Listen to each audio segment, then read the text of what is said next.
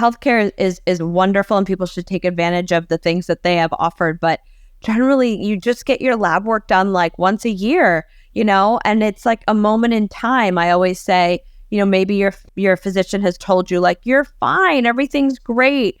But that's like a Tuesday in January. It could be so different on Wednesday, and every other week. Yeah. Right. Exactly.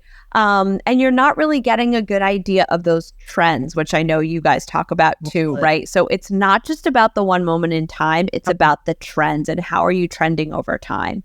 And that's really, I think, the most important thing for women to understand is that we are not just like a flat line. Like you're the basic, you're the same every single day of the month, every single day of the week. Like that is not, our bodies are fluctuating, our bodies are changing. And in order to capture all those changes, you need to monitor something on a continuous basis, either your glucose, or everything that you guys are doing. And it's so important to also overlay things like nutrition, things like exercise, things like stress management on top of that data gathering so that you can see what your body responds to. I mean, I was just talking with someone earlier this morning and just talking about like a higher fasting glucose. So fasting glucose is one of those hallmarks that your doctor will talk to you about when you get your lab work done. You're supposed to do it fasted and you get a fasting glucose.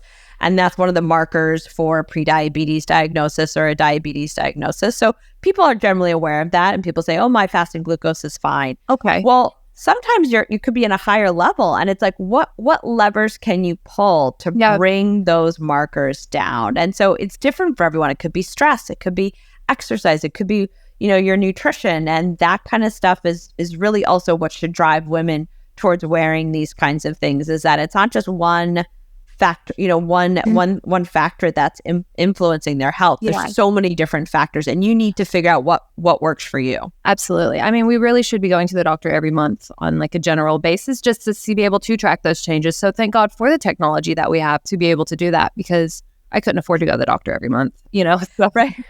Good enough for me, but And it's really about preventative care. I mean, that's sort of like the big issue about women kind of taking control of their health at a younger age, right? You don't want to end up at 65 with osteoporosis and on your way to dementia, right? Like, or you, I think a lot of women, it's wonderful that we talk about like physical health, but a lot of times like mental health and brain health is super important. And we can do things to help that early on in life. And so much of these chronic diseases start when you're younger. I mean, no one really wants to talk about it, but like it does, right? True. Yeah. It starts like osteoporosis. Yeah, exactly. All that stuff starts when you're in like your 20s and 30s, like, so you really need to make sure that you're using these devices so that you are preventing your risk of chronic, a large risk for chronic disease later on in life. And heart disease is still like the number one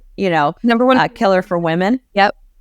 And you can use all this stuff to help get a baseline read. You just have like high hypertension, like what's going on in your body. Yeah. And to be able to see that data and say, this is what it is. Yep. That's it. So, and so be able to fix it immediately, so I think that's really cool.